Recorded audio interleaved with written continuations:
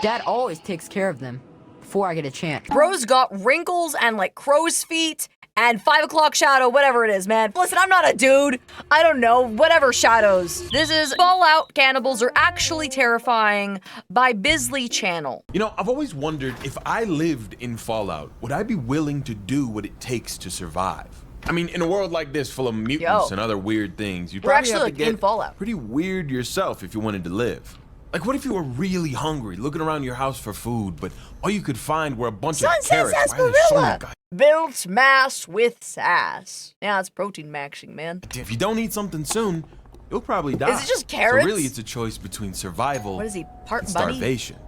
And if you had to make that choice, what would you be willing to do? Have you seen the Fallout series? Yeah, it's so good on Amazon. What? Cannibalism. Pretty universally considered bad. Even in the Fallout universe, where morality isn't necessarily topping that priority list. Even the people who are willing to kill and steal to survive generally understand that you probably shouldn't eat a guy. Even if he looks like really tasty, even if he's wearing a hot dog costume. I'm gonna be wearing a hot dog costume. Well, I do like a big hot dog.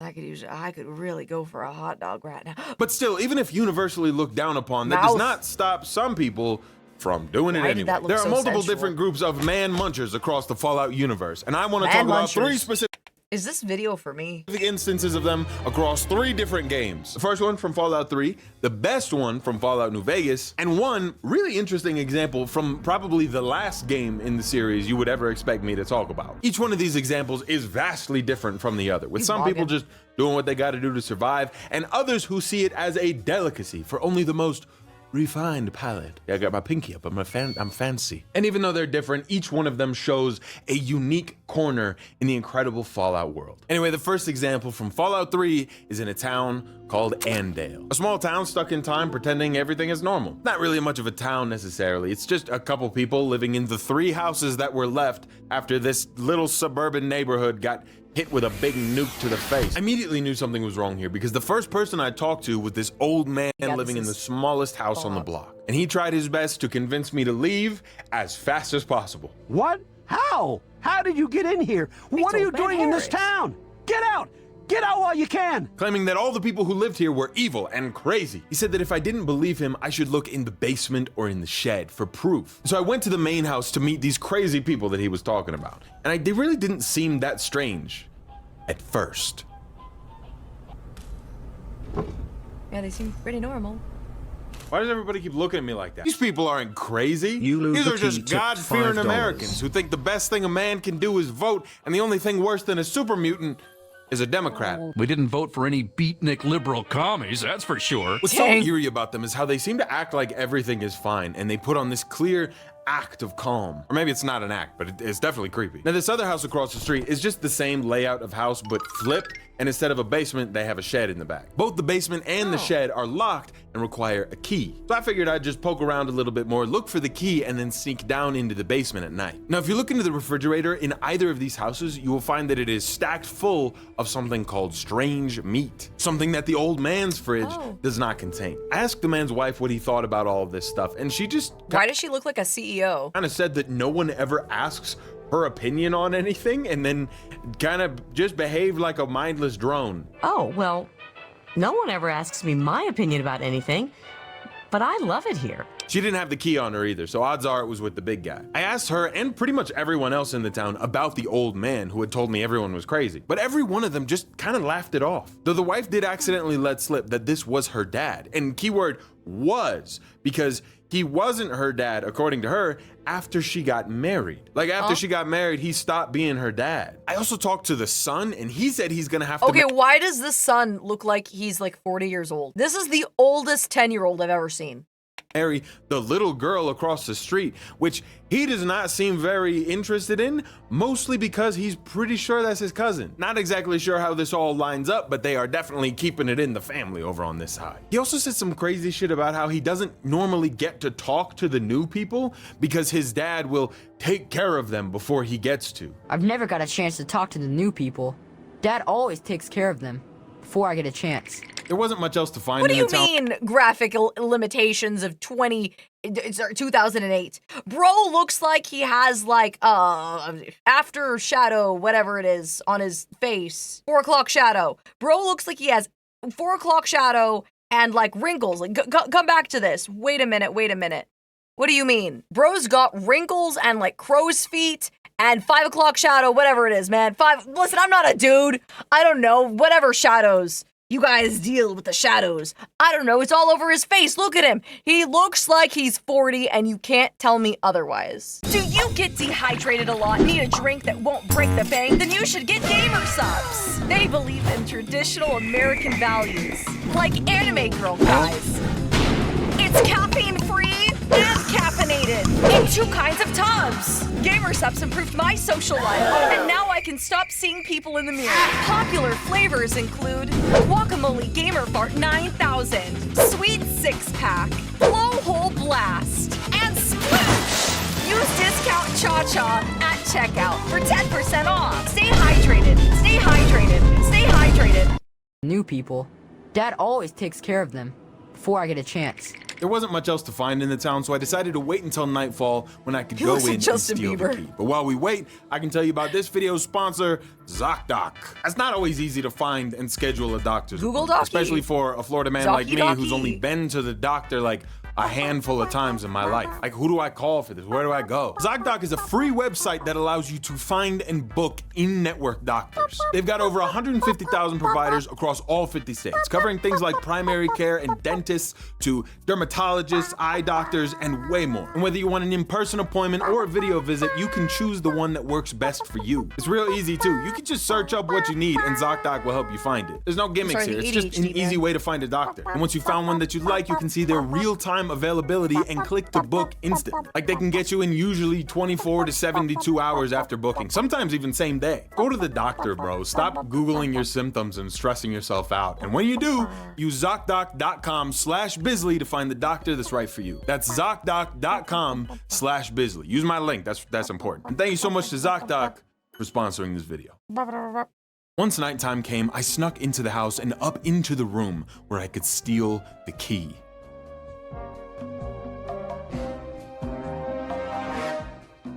I love how he's just a walking fried chicken leg. I took it and went downstairs towards the basement.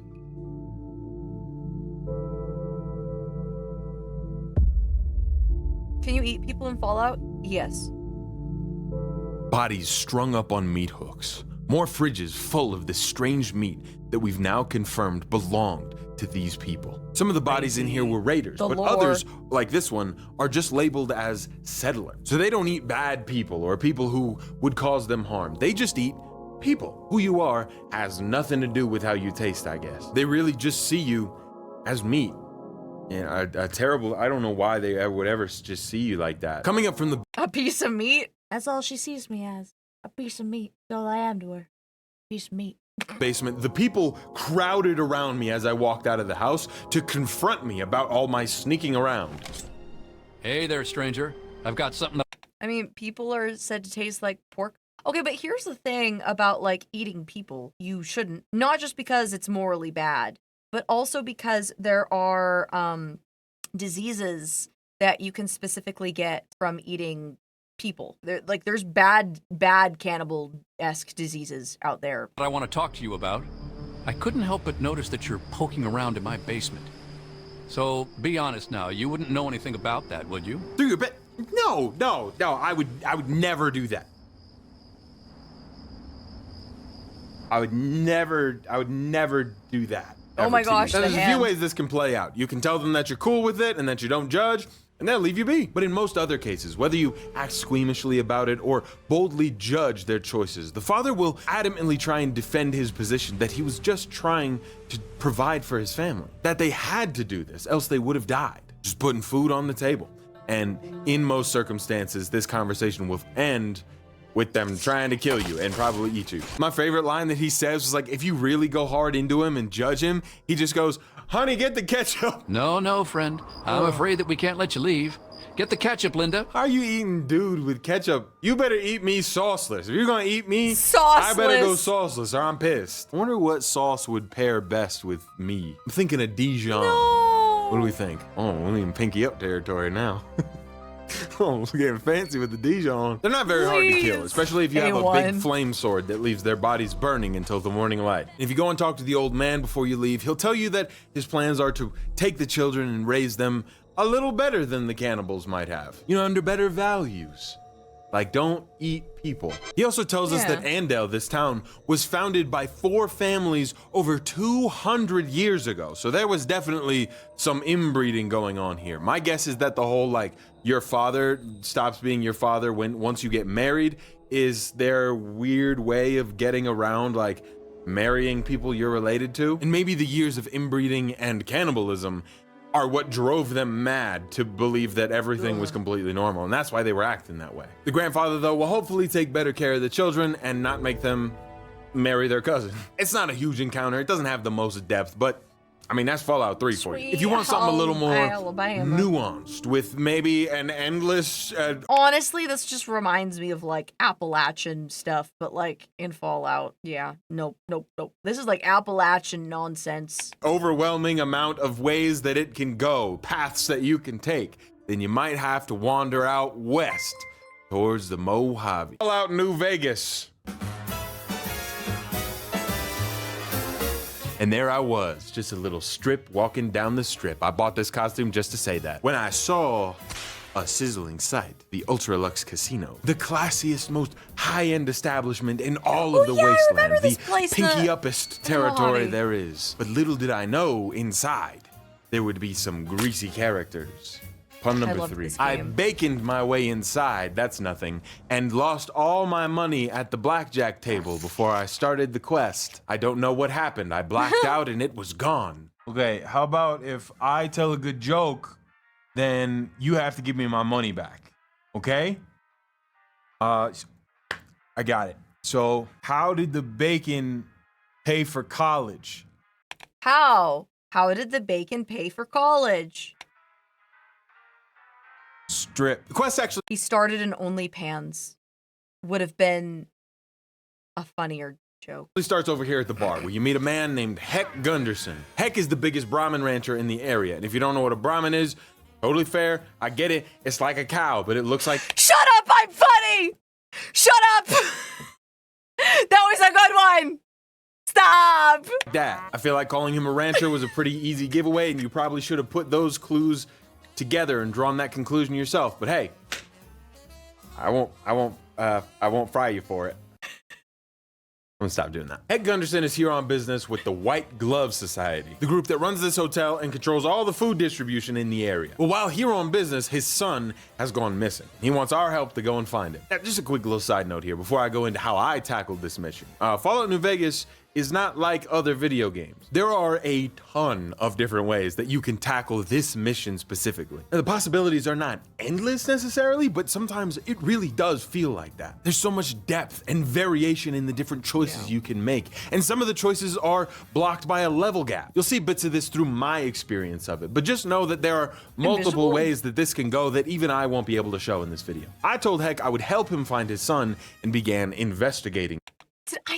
I think we found Gunderson's son in the Fallout run that we did together on stream. The area. Hopefully he would give me some money in return. I have truly lost everything at the blackjack table. No, because like it's a play on words, because like bacon strip, like you have a strip of bacon, and are we really back on this? Also, you can take off your clothes for money. They take away all your weapons as soon as you walk into the casino, so you really don't have much to work with here unless you steal your weapons back from the safe, or you just steal things from the people here. I didn't end up stealing my weapons back or anything. I played it cool and went up to the guy who seemed to be in charge named Mortimer. I asked him if he had any work that I could help with, and he said, "No, not from the likes of you, I'm afraid." Okay, why the fuck would you say that? Could've just said no. He told me he was not in charge, in fact, and that I should go to talk to someone named Marjorie. I went and found her, talked to her for a little bit, and what she said just kind of blew me away. These people are self-reporting like crazy around here. This again? I thought this was all settled. I answered every one of that investigator's questions to his satisfaction and gave all the help I could for the last time. The White Glove Society has never and will never consume human flesh for any reason. I just vaguely asked about a missing person, and then she just assumed I was talking about a completely different missing person, and then insisted, oh, we don't eat people, we don't eat people, we don't do that, we don't do that around here. Bro, no one asked if you ate him. I just wanted to know if you've seen him. I didn't consider he'd be in your belly. It never came to mind. I didn't want to give away my suspicions just yet, so I just kept playing it cool, And I asked if I could talk to the other investigator who was investigating the first missing person. Before I did that, though, I just poked my head into the kitchen to see what I could find. I figured if they were talking about eating him, then if they were gonna prepare him somewhere, it probably would have been in there. I didn't find the body, but what I did find was 2 people cooking entire animals with flamethrowers. Awesome, but also, I am trespassing right now, and so all they would need to do is turn around and I would get extra crispy. I apologize. That pun was a relapse, and it is not who I want to be. I've changed, and I'm gonna be different, and I will be good to you and the kids too. And I just look. A boy needs his father. You can't keep me away. I snuck around the 2 cooks? Question mark! Exclamation point. Grabbed the knife off the table and made my way downstairs. I did get immediately making my way downstairs, walking fast, knife in hand, and spotted by a person and did not know how to handle the situation, and so I stabbed him to death.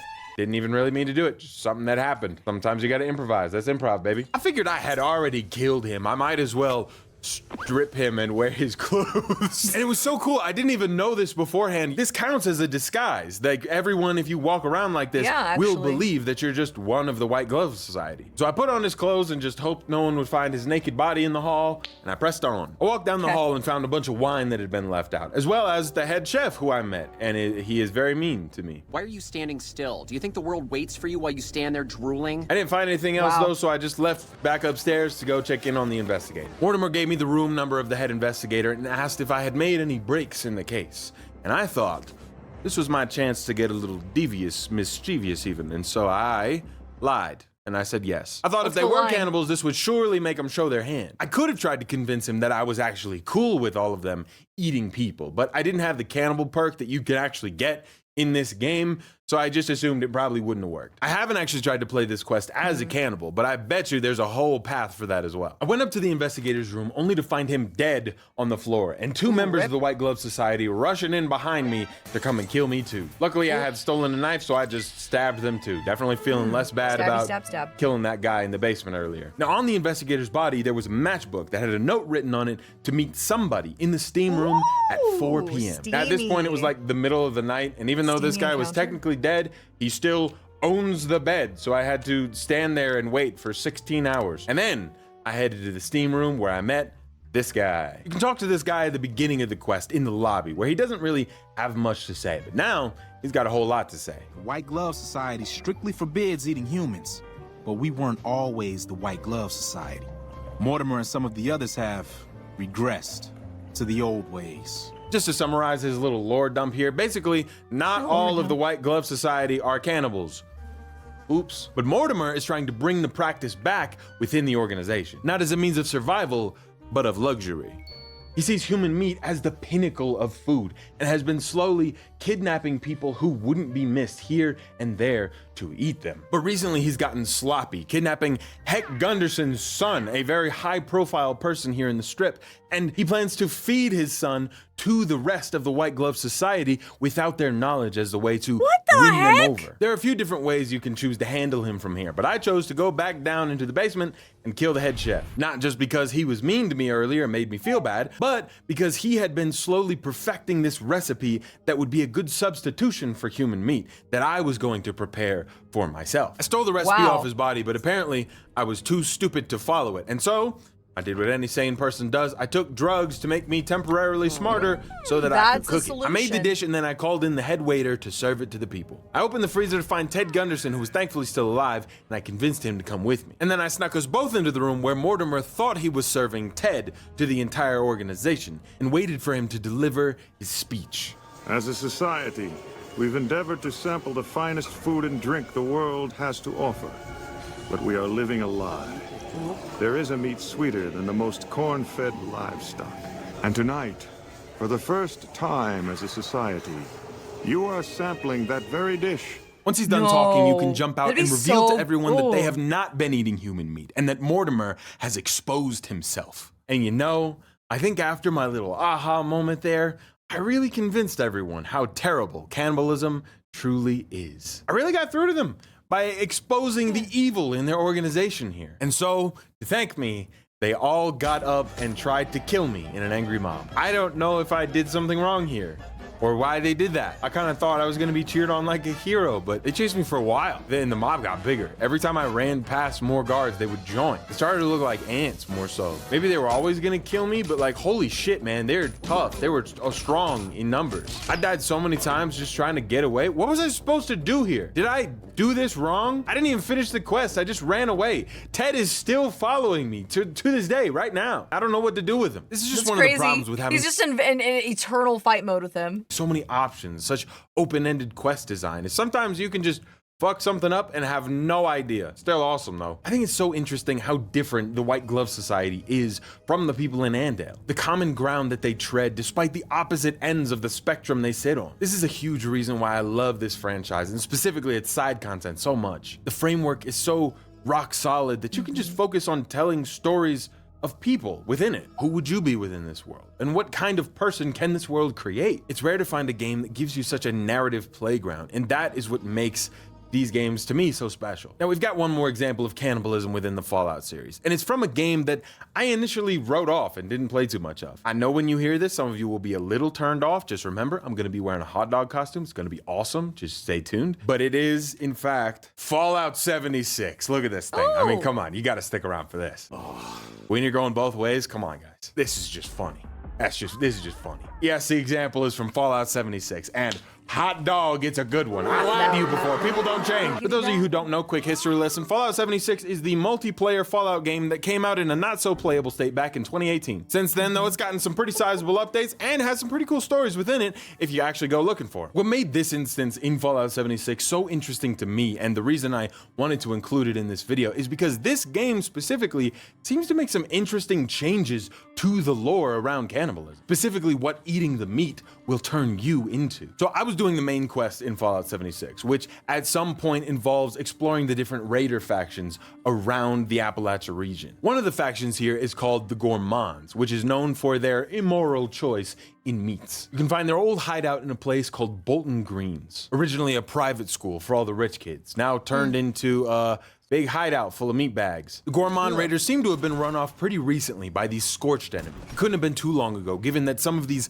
skeletons left behind still have muscle and fat left on them. I broke into the only locked room in the building and came across the Gourmand's terminal. It details how they got this place, how their leader was a man named Morris Stevens, and how they only had one rule: don't eat members of the gang. The lowest possible bar. They had one rule. Hey, you can eat people. That's fine. But don't eat your bros. Strict ban on broloni. No That one was a broloni. stretch. And somehow, even still, the leader, Morris Stevens, he wasn't going to be able to accommodate that. That was just kind of too far of a rule.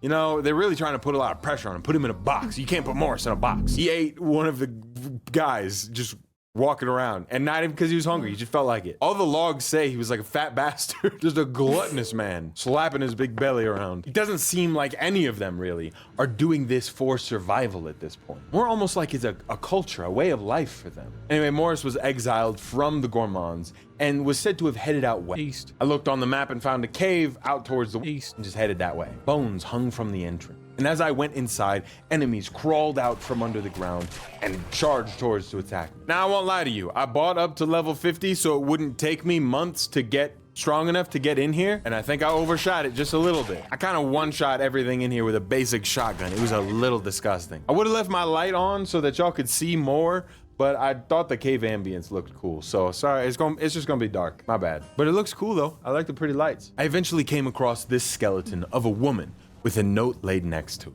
Morris hunts people from the road, but he won't share the meat.